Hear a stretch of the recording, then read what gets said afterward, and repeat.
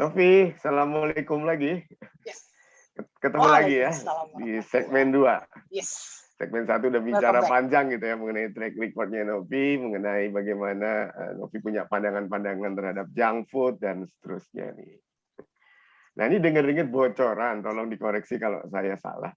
Novi katanya pernah juga ya diundang oleh salah satu institusi dari Belanda, CBI kalau nggak salah, CBI ya. Nah itu cerita lebih jauh dong, apa sih yang dikerjakan di sana? Apa perannya?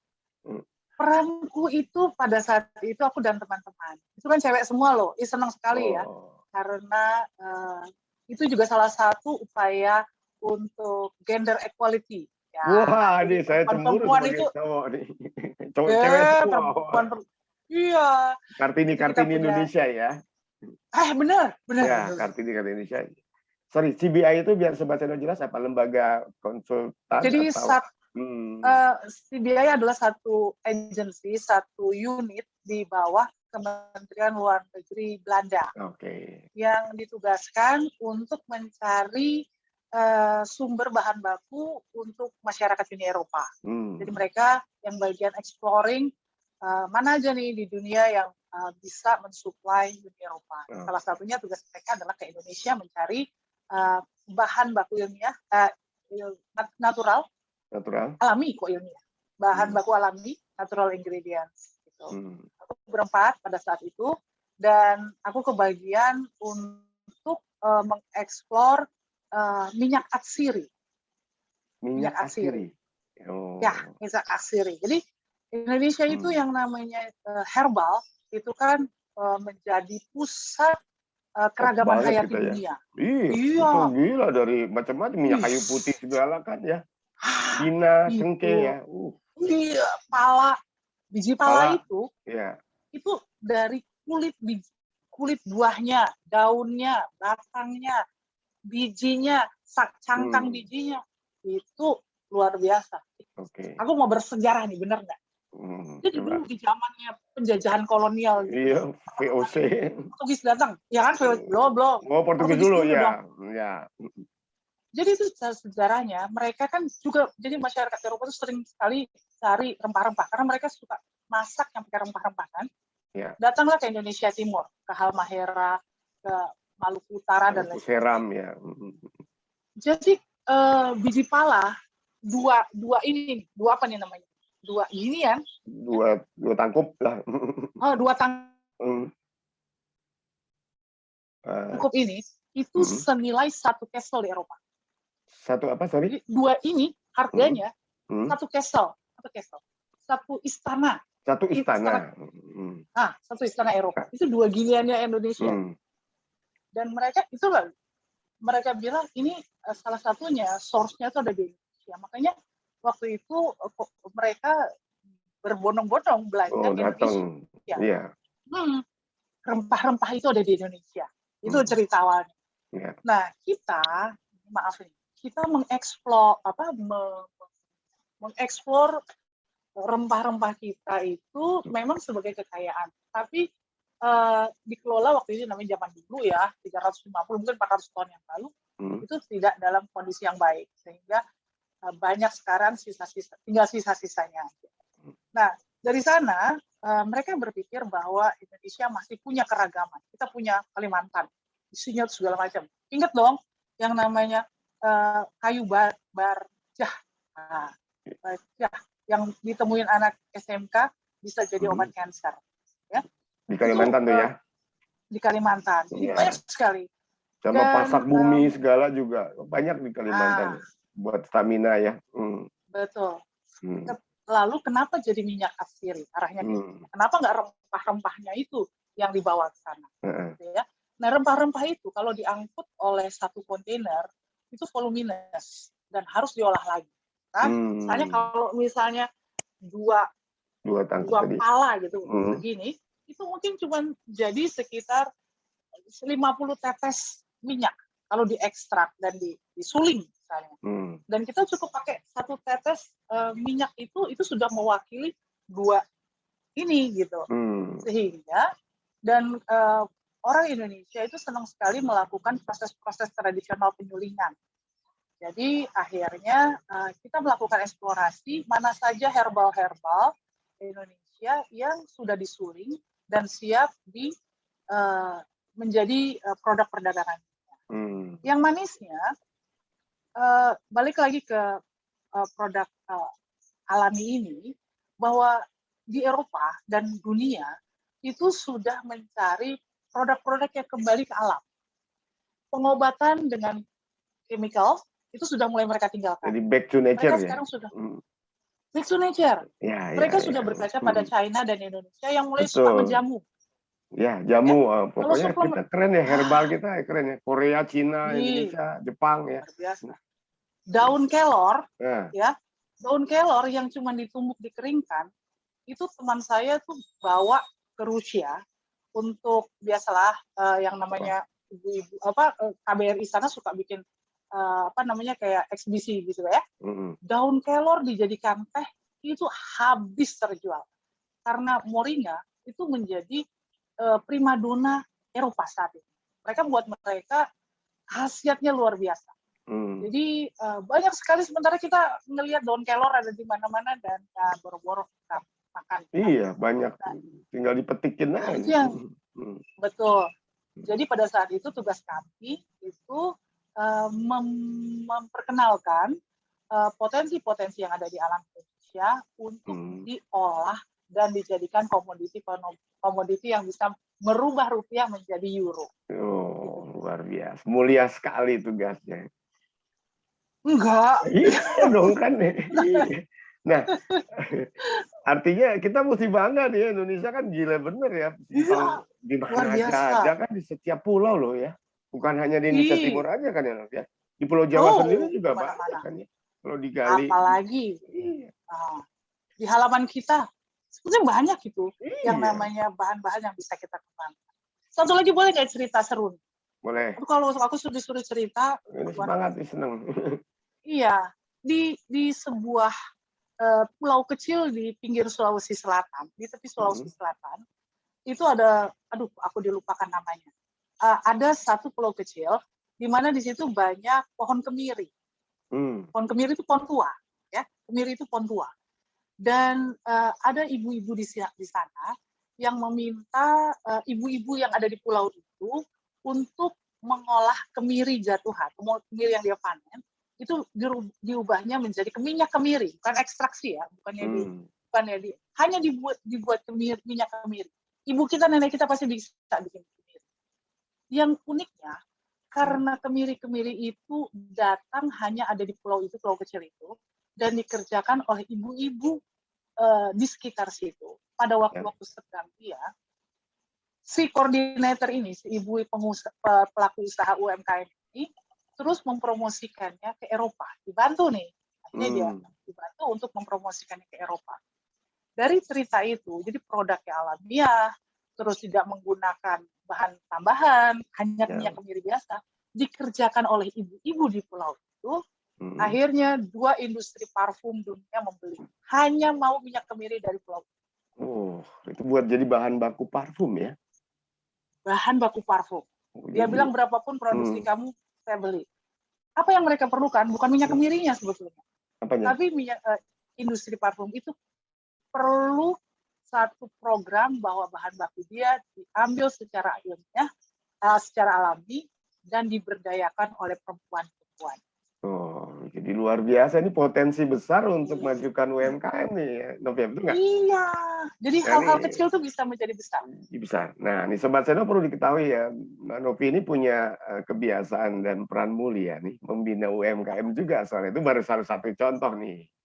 Itu kalau dari foto nih Sobat Seno bisa lihat tuh, ada lagi bantu UMKM di Palembang kalau nggak salah ya. Satu ada foto di Palembang, ada juga yang di dermaga kecil ini di mana? Brunei? Di Brunei. Di Brunei ya. Nanti kita lebih jauh. Di satu lagi ada kayak kumpul-kumpul orang. Dengan nelayan-nelayan di Timor Leste. Oh, Timor Leste. Nah, kalau ini pasti panjang ceritanya. Yang paling seru dulu nih, biar Sobat Seno nggak penasaran. Katanya cerita yang di Palembang kok ada serunya, di mana serunya nih? Oke, terima kasih banyak. Jadi suatu kali saya bercerita, ini pelajaran buat saya, dan dari sini saya banyak sekali terinspirasi untuk sama-sama membangun UMKM Indonesia. Betul, dan itu salah satu misi dan visinya kanal rumah kita juga, mengedukasi banyak orang. Oke. Gimana ceritanya? Jadi saya diajak sama tim dari Kementerian Kelautan Perikanan, ya. Ada 2 kali kunjungan. Pertama kali memang saya diajak di awal tahun 2000-an sana ke lokasi ini, terus dia bilang, Bu, ini adalah lokasi pelaku pempek, ya. Terus menurut Ibu gimana? Dia mau meyakinkan, jadi untuk mendapatkan surat izin edar, surat izin kelayakan higienis, itu kan harus ada tanda bukti dari dinas setempat. Ya. Nah, terus begitu dia lihat itu, kondisinya biasa, kayak ibu-ibu kita juga, ada garasi, dia bikin pempek di garasinya. Oh, dia jadi home industry ya? Home industry. Ya. Dia bikin showcase, dia pasang kompor, dia goreng di situ. Terus aku pikir, ini kayaknya kita diskusi-diskusi, oke lah. Terus nggak lama, 5 tahun, 7 tahun dari situ, saya diajak lagi ke tempat yang sama. Bu, dia nggak merasa cukup. Dia mau pempeknya itu bisa keluar dari lokasi, artinya dia bisa didistribusikan ke Pulau Jawa, lebih besar kemana-mana. Mau ekspansi pasarnya ya? Lebih jauh. Lebih jauh lagi, lebih besar lagi pangsa-pasar. Nah, untuk melakukan itu harus ada persyaratan-persyaratan khusus. Lokasinya nggak bisa lagi di garasi, ya kan? Harus terlindungi, ya, dan harus terbuka, harus higienis, gitu ya. Terus, dan untuk menuju ke sana, akhirnya dia sewa rumah di sebelahnya, Bu, di belakang rumahnya. Great. Sewa rumah. Ini sambil jalan nih, belum sampai rumah dia kan? Dia aku jalan nih, sambil dia yang dari dinas ini, dari teman-teman cerita dulu sebelum ke lokasi. Terus, bagus dong, berarti dia sudah bisa menghasilkan. Iya, Bu, tapi yang pertama nih. Tapi Bu, rumahnya itu rumah kayu, bawah. Nggak masalah, aku bilang. Yang penting kan bersih dan terlindungi. Tapi adanya di atas rawa, Bu. Cek aja gitu ya. Jadi bawahnya tuh rawa, empang gitu ya, rawa. Atasnya tuh rumah kayu, tahu dong orang Palembang, itu kan rumah-rumah kayu. Ini di pedesaan ya, bukan di kota Palembang ya? Di kota Palembang. Di kota padahal. Iya, di kota Palembang. Tahun 2000-an tadi ya? Iya, 2007, 2008. Oke, lanjutkan. Terus, enggak, setelah ini yang kedua itu sekitar 2015. Udah kunjungan, karena dia sudah punya baru. Terus dia bilang gini, nggak masalah, aku bilang gitu. Tapi semua papan, Bu, berarti ada bolong-bolong dong. Nanti kalau ada cacing-cacing, kutu-kutu masuk gimana gitu. Terpal, aku bilang. Lantai itu harus ditutup plastik, semua kan ada ya, plastik terpal, plastik gulung, semua harus tertutup. Terus juga yang area-area yang jendela-jendela itu harus tertutup dengan plastik atau dengan kasa gitu. Oh itu mah sudah, Bu, gitu kan. Ya, maksudnya apa nih, Dok? Sebentar, supaya Sobat Seno clear. Supaya terlindungi dari apa? Debu? Misalnya ada, selain debu, misalnya ada lalat masuk, terus tawon, apa. Pokoknya untuk menjaga higienis dan prosesnya itu sehat. Ya. Terus dia bilang, udah Bu, kalau itu mah udah. Gitu. Oke, problem dia. Berarti bisa dilakukan. Iya bisa. Sampai begitu sedikit lagi parkir. Terus dia bilang, Bu, udah pernah ketemu Ibu Mala belum? Oh, udah pernah, saya udah pernah kesini. Ibu Mala usianya 70 tahun pada saat itu ya, suami 70. Terus dia bilang, Bu, Ibu Mala ini punya beberapa orang pekerja, semuanya nenek-nenek. Ya Allah. Oke. Terus, dan mereka nggak ada satupun yang bisa baca tulis. Hatiku ya. Gimana caranya dia mau dapat sertifikat yang harus membuktikan mereka memproduksinya secara higienis. Kan harus dibuktikan. Nggak bisa ngelihat, orang yang dari periksa kan nggak bisa ngelihat yang hari itu aja kan. Dia harus lihat kemarin produksinya higienis nggak? Minggu lalu higienis nggak? Harus catatan. Terus akhirnya, itu yang saya bingung, Bu. Iya, itu yang kita bingung, Bu. Gimana caranya supaya mereka bisa punya catatan, sementara mereka nggak bisa nulis. Terus akhirnya, ya alhamdulillah Allah paring, Allah kasih ilham pada saat itu aku. Terus dia bilang, ingat nggak kita waktu itu habis apa namanya pemilu. Apa sih pemilu itu namanya ya? Coblos. Ya, pemilu tahun 2000 tadi berapa? 2015. 2009 kalau nggak salah. 2009 ya. Ya. Pada saat kita pemilu itu kita nggak perlu bisa baca, tapi kita lihat gambar. Ya. Kita lihat gambar, kita lihat foto, terus kita cuma contreng atau coblos. Nggak ada yang namanya kita harus menulis Novia. Betul. Jadi desa-desa dulu pemilu nggak ada gambar buah, kadang-kadang apel, paya, itu yang dicoblos. Betul. Ya. Jadi idenya terinspirasi dari situ ya. Iya, kita pakai cara itu. Jadi ketika dia bilang saya perlu apa namanya bahan baku ikan tenggiri misalnya, kasih aja gambar ikan tenggiri di situ. Kalau misalnya pada saat itu ikan gabus, si gambar ikan gabus berapa kilo, 1, 2, 3, 4, 5-nya ditulis. Nanti jadi nggak contreng ikan tenggiri 5, contreng. Nggak ada masalah. Dokumen tetap berjalan. Dan alhamdulillah ketika itu coba-coba secara bertahap kita mulai, artinya sudah bisa dibuktikan bahwa ada dokumentasi yang tercipta. Kan nggak perlu harus menulis. Nah terus si ibu itu juga bilang, ibu saya nggak bisa baca, saya nggak bisa tulis, saya bisa produksi. Ibu mau apa, kita kerjakan. Komitmennya luar biasa. Terus ketika saya datang ke dapurnya, saya lihat di tempat pengeringan di belakang itu kan papan-papan, karena bawahnya rawa. Saya lihat, ih bener loh bawahnya rawa. Bawahnya rawa. Rawa. Terus saya bilang, dan itu tempat penjemuran kerupuknya juga. Saya bilang, ibu, saya mau ini kuman apa namanya cacing-cacing, kalau misalnya dari rawa itu nggak naik ke atas. Terus kalau ada burung terbang, itu nggak ada dropsnya yang jatuh ke kerupuk ibu. Gimana caranya? Iya, nggak sehat ya. Kotoran burung kan juga penyakit ya. Iya. Sebulan kemudian saya diajak lagi ke sana untuk kasih lihat. Saya bingung benar. Itu kita cuma diskusi secara verbal, nggak ada yang dia catat, nggak ada yang dia. 70 tahun ya. Sebulan lagi saya datang, itu udah kayak kelambu tempat belakang. Dia pagar, dia kasih kasa semuanya untuk penjemuran, dan dia bikin rak di bawah. Jadi nggak ada kerupuk yang ditaruh di lantai. Papan-papan itu semua di atas rak. Terus dia bilang, ibu maksudnya yang kayak gini ya?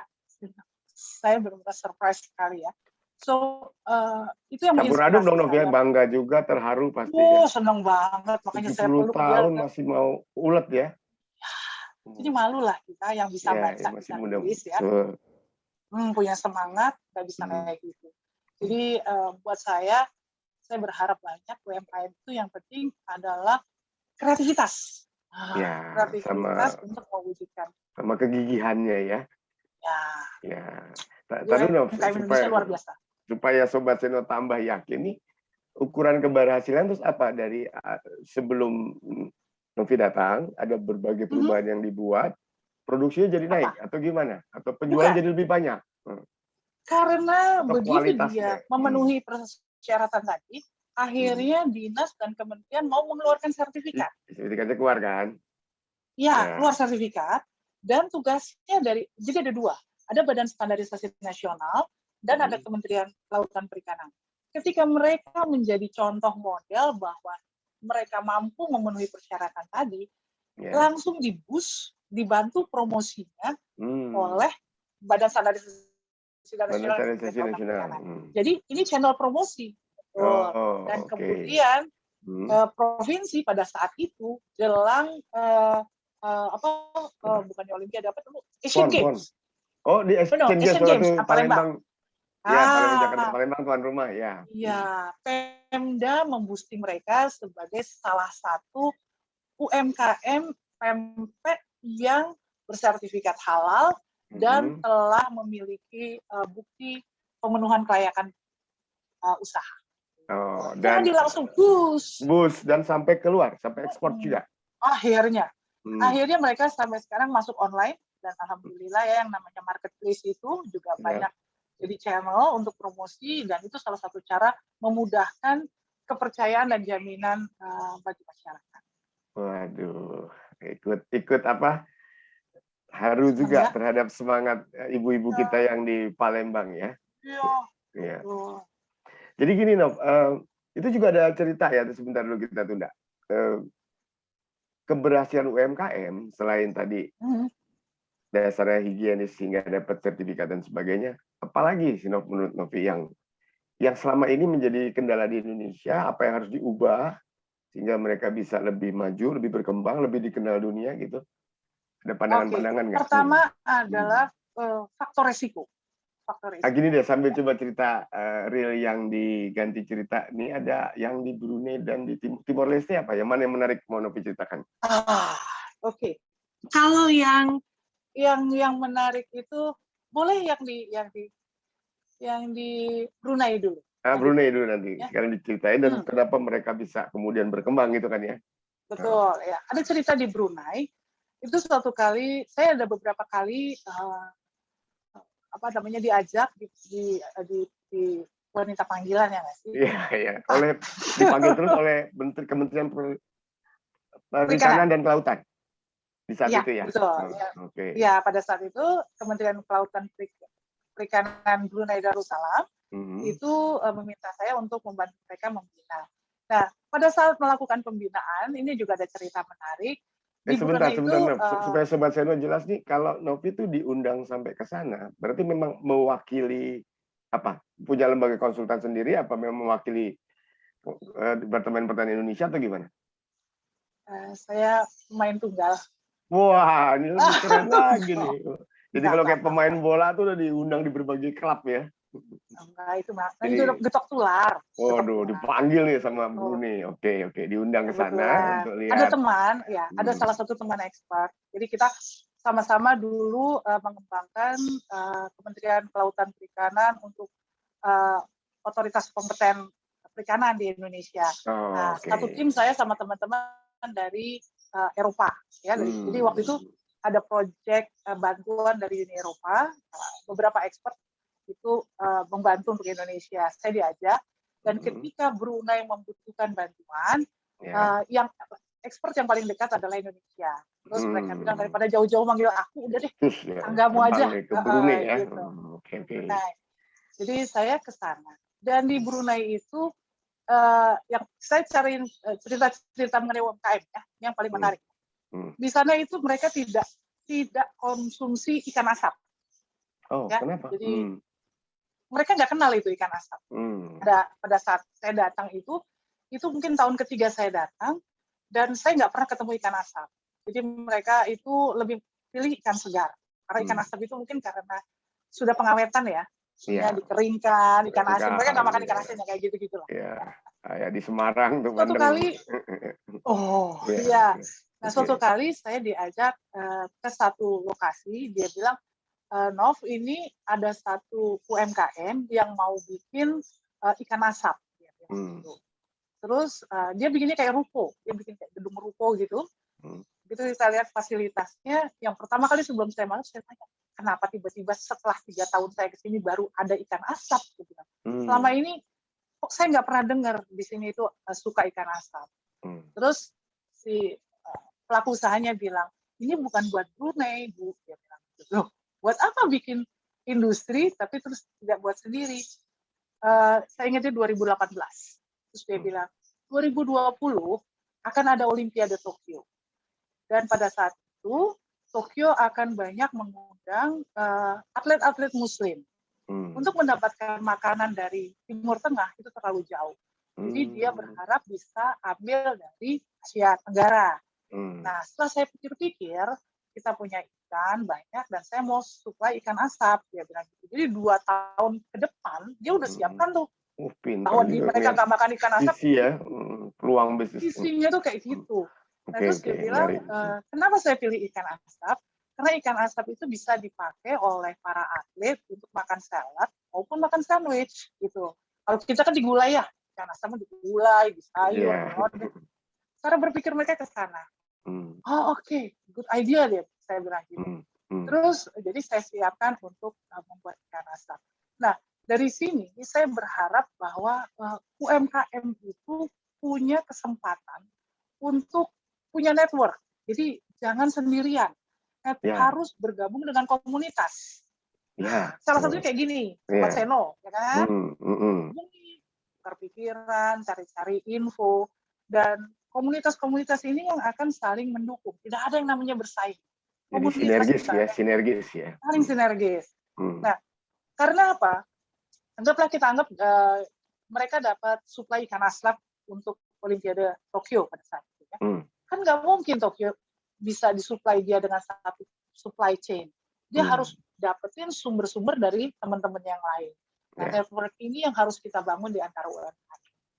Dan idenya untuk melihat ke depan potensi-potensi apa saja yang bisa dikembangkan. Oh, Sobat Seno denger ini. Jadi kita narik banyak insight ya, wawasan baru. Pertama dari cerita Palembang kita bisa belajar bahwa keuletan, kegigihan, walaupun ada kekurangan tadi nggak bisa baca tulis, nggak harus menjadi kendala gitu ya. Semangat ibu-ibu 70 tahun pula ya. Dan sudah terbukti sekarang mereka bisa lebih produktif. Tadi belajar juga dari Brunei tadi, lihat peluang ke depan nih, 2 tahun aja udah dilihat, wah ada peluang Olimpiade Tokyo, kita akan ekspor ikan yang diproses pakai asap. Nah, kalau bicara UMKM nih, Nov, dari sudut pandang Novi, perspektifnya Novi, UMKM mana yang di Indonesia masih harus bisa dikembangkan jadi besar? Khususnya mungkin bidang pangan ya, karena Novi di bidang sana. Yang diharapkan dalam jangka menengah panjang tuh bisa jadi go internasional gitu. Apa misalnya rempah-rempah tadi, atau tambak udang, atau makanan pempek. Sarannya Novi gimana nih dari pengalaman? Biar menginspirasi Sobat Seno kan ya, siapa tahu ada yang mendengar nih. Jadi balik lagi, aku mau ajak untuk menilai resiko produk. Ini penting sekali buat UMKM. Jadi risk manajemennya ya, Ya, kadang-kadang kita itu buka usaha karena kita bisa dan karena kita suka. Itu pernah suatu kali ya, pertama kali saya bekerja di Chemchicks dengan Pak Sadino. Pak Sadino bilang, Nov, lu kalau mau jualan, jangan apa yang kamu suka dan apa yang kamu bisa, tapi apa yang orang mau beli. Wah, betul banget. Simple tapi iya. Kadang-kadang kita suka berpikir gini, saya punya resep buat tahu. Tahu ini resep turunan 3 nenek moyang saya. Wah, enak banget. Kan enak buat kita. Belum tentu orang mau beli. Jadi, mulailah dengan, walaupun kita tahu kita bisa bikin tahu. Tapi tahu seperti apa yang orang mau beli. Misalnya tidak terlalu mahal. Ya. Terus juga eksklusif. Terus juga mudah dibawa, mudah dicari. Iya. Jadi ketika kita mau produksi, mulailah dengan menilai resiko dan apa yang orang mau. Simpelnya gitu. Jadi jangan sampai ini nih ya, nggak ada yang bisa bikin tahu seenak dan sehalus ini. Tapi begitu diangkat hancur. Begitu dia bawa pakai mobil, masukin ke bagasi, hancur. Bisa dia nikmati, kecuali dia makan di situ. Itu yang pertama. Terus yang kedua, mulailah dengan mengeksplor bahan alami. Ya, bahan alami. Nah, balik lagi nih ngomong masalah tahu. Saya mau jadi mondar mandir, daging ke tahu, ke apa-apa. Ini kan banyak jadi wawasannya jadi banyak kita dapat. Banyak ya. Suatu kali saya diajak ke Mampang Perapatan. Di situ tadinya dulu ada industri tahu. Ya. Mampang Perapatan Jaksel nih, Jakarta Selatan ya. Jakarta, iya. Terus saya lupa pada saat itu zaman gubernurnya siapa ya? Kalau nggak salah Bang tahun berapa? Siapa yang jenderal, salah satu jenderal. Pak Sofi Sudirman. Pak Sutioso. Pak Sutioso. Terus dia bilang gini, pada saat itu beliau punya misi untuk melepas semua penggunaan formalin. Formalin itu terkenal pada tahu, bakso, boraks, dan sebagainya. Iya, boraks sebagai mie. Ya, betul. Saya diajak, ditugaskan bersama dinas untuk bagaimana nih caranya melakukan pembinaan UMKM tahu. Terus begitu saya bicara mengenai produksi tahu, belum sampai saya bicara masalah bagaimana tahu itu supaya awet, saya langsung tanya, kalau nggak pakai formalin, pakai apa, Bu? Lu tahu nih, lu pasti mau ngomong nggak boleh pakai formalin nih. Ya. Iya. Lu kan gitu kan? Ngawet ini pakai apa, Bu? Gitu ya. Ibu kan bukan tentang tahu, ibu kan nggak tahu rasanya bikin tahu. Gitu, kan? Iya. Lu tembakan pertamanya, kalau nggak pakai formalin, jadi gantinya pakai apa, Bu? Nah, saya deg-degan itu diserang sama tukang tahu rame-rame. Tapi nggak dikasih cicip-cicip waktu itu tahu. Terus dia bilang, kenapa Bapak pakai formalin? Karena formalin itu bisa membunuh kuman. Formalin itu adalah salah satu bahan yang mematikan kuman. Ya. Yeah. Jadi ditambahkannya formalin supaya kumannya mati. Nah, kalau misalnya ada kuman, itu artinya indikasi bahwa area kerja Bapak itu kotor. Kuman banyak, pekerjanya kotor, air yang digunakan kotor, semua banyak kotor sehingga kuman banyak. Kuman banyak, siram pakai formalin, digrek, mati semua. Kumannya mati, formalinnya masuk ke badan kita, masuk ke dalam tahu. Nah, kalau misalnya bapak-bapak itu pada saat itu bikin ruang produksi yang tidak ada kuman, selalu bersih, tidak terawat, selalu didesinfeksi, nggak terkontaminasi dengan banyak hal gitu ya. Nggak ada kuman masuk, pekerjanya semua bersih, cuci tangan, pakai sabun, nggak ada kuman yang masuk. Kenapa perlu formalin? Formalin kan beli, mahal. Jadi kalau kita menjaga ruang produksi kita sudah bersih, berarti tidak ada kuman, berarti tidak perlu formalin. Jadi bukan berarti formalin itu dicari gantinya. Formalin bukan yang membuat cairan kedelai menjadi tahu, bukan. Formalin fungsinya untuk menghilangkan kuman. Nah, kondisi-kondisi yang kayak gini yang harus kembali disadarkan bahayanya bahwa penggunaan bahan alami itu menjadi pilihan kita. Itu yang kedua ya. Dan yang ketiga, yang paling penting, ini ya bicara masalah sosial ekonomi aspek. Sosial ekonomi aspek itu bicara mengenai trade fair, perdagangan yang adil ya. Adil, artinya kita berdayakan perempuan, jangan pekerjakan anak-anak, terus juga jam kerja yang wajar layak, ya, upah yang kondisi, mumpuni, fasilitas untuk ibadah yang memadai. Kalau misalnya pekerjanya nyaman, pekerjanya bisa berkontribusi pada produk-produk alami, terus inovasinya bagus, ini menjadi storytelling yang luar biasa untuk UMKM kita bisa. Luar biasa ya. Jadi mudah-mudahan banyak yang dengar nih Sobat Seno yang mau memulai usaha. Jadi banyak nih pelajaran Ibu Novi ya. Jadi faktor risikonya tuh yang harus dipertimbangkan. Nah, lu tadi ikut nih belajar dari almarhum Om Bob Sadino ya. Beliau bilang jangan cuma mikirin apa yang bisa kita produksi, tapi harus dipikirin adalah apa yang bisa dibeli oleh customer ya. Dan untuk customer beli, produk kita harus higienis. Untuk higienis juga tidak harus pakai formalin segala macam. Oke, Novi, ini sebagai diskusi penutup ada harapan-harapan apa nih Novi untuk UMKM kita ke depan di Indonesia? Mungkin boleh kasih advice ke kita, coba. Oke. Ya. Dari situ jangan khawatir, jangan pernah merasa minder dengan industri. Nggak boleh minder ya? Nggak boleh. Jadi industri, berani bersaing harus saling bantu. Betul. Saling bantu juga. Industri komunitas tadi. Tidak bisa. Betul, industri tidak bisa hidup tanpa UMKM. Ya, jadi UMKM itu kalau kita punya network yang bagus, punya komunitas yang bagus, itu bisa mengalahkan industri. Tidak ada cara lain UMKM kita harus menjadi UMKM yang digital 4.0. Artinya sebagai UMKM harus belajar teknologi komunikasi dengan cara online dan digital system. Itu cara kita untuk berhubungan dengan mancanegara. Saran saya itu aja, nggak boleh minder dan harus pakai ICT. Iya ya, kalau nggak ketinggalan ya, ya. Lawan kita, jadi pemain kandang nanti. Iya. Ini satu lagi nih terakhir. Ini kan lagi pandemi ya, dan kita tahu bahwa tadi kita punya banyak banget sumber daya untuk herbal dan sebagainya. Yang Novi sarankan untuk dikembangkan oleh UMKM sekarang dalam konteksnya buat antibody, buat stamina.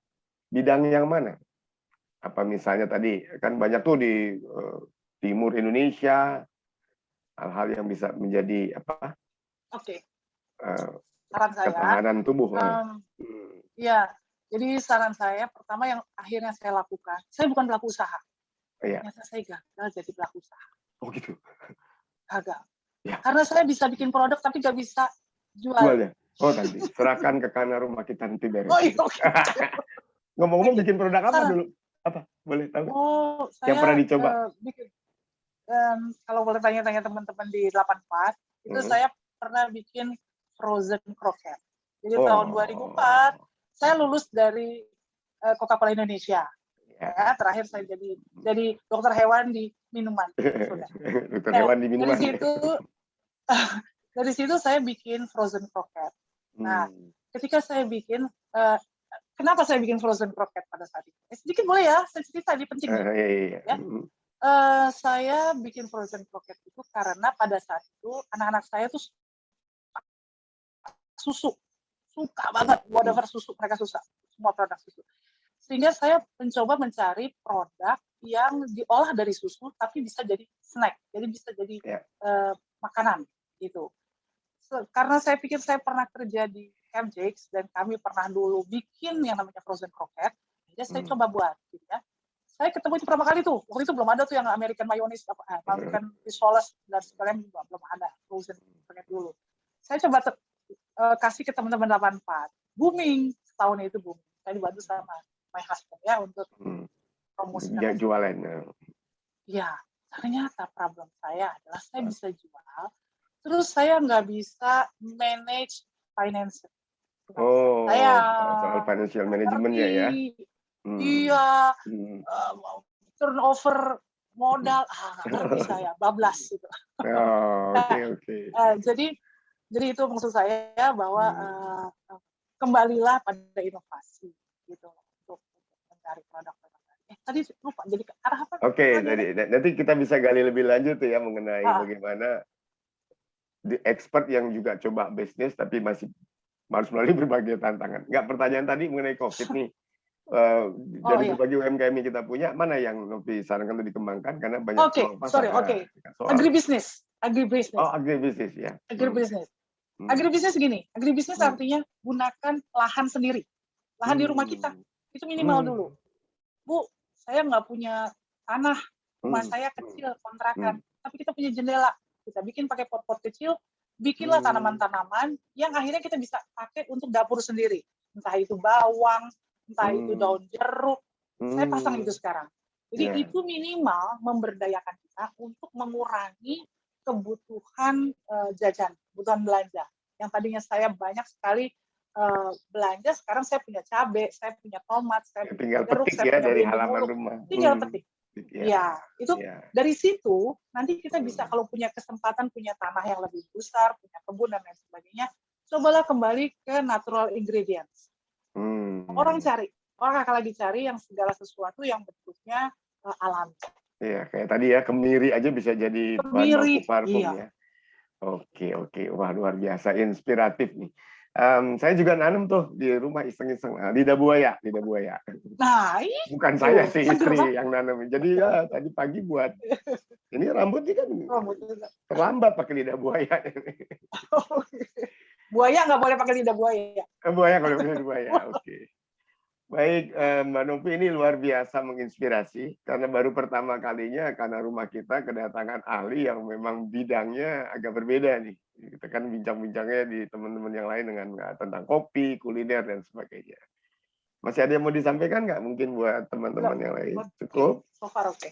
Ya, sekali lagi saya sih belum puas nih karena dari Bu Novi kayaknya banyak yang bisa digali. Kalau memang nanti diundang lagi masih berkenan nggak? Dengan senang hati.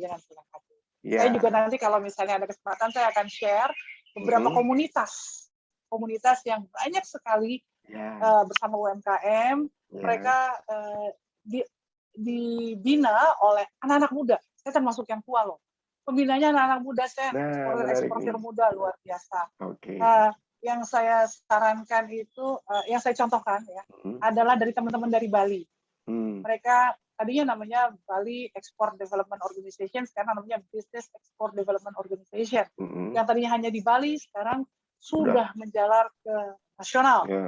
Worldwide. Pembinanya saya diajak jadi pembina, saya malu karena saya yang paling tua. Rata-rata anak-anak umur 30 tahun yang sudah sukses jadi eksportir karena UMKM? Oh, jangan pernah merasa tua, Bu Novi. Jangan. Prinsipnya begini, kalau di kanal rumah kita ya, we are 25 years old with 33 years experience. Oke. Oke lah, Sobat Seno. Ini pokoknya kalau digali lagi yang Bu Novi bisa bikin segmen baru, rekaman baru, recording baru tentang bagaimana UMKM yang ada di beberapa kota, salah satu di Bali, untuk bisa maju dan berkembang. Untuk kali ini kita cukupkan dulu ya, Bu Novi ya. Terima kasih sekali lagi. Terima kasih, Sobat Seno. Iya, terima kasih. Assalamualaikum, Bu Novi. Waalaikumsalam warahmatullahi wabarakatuh. Terima kasih.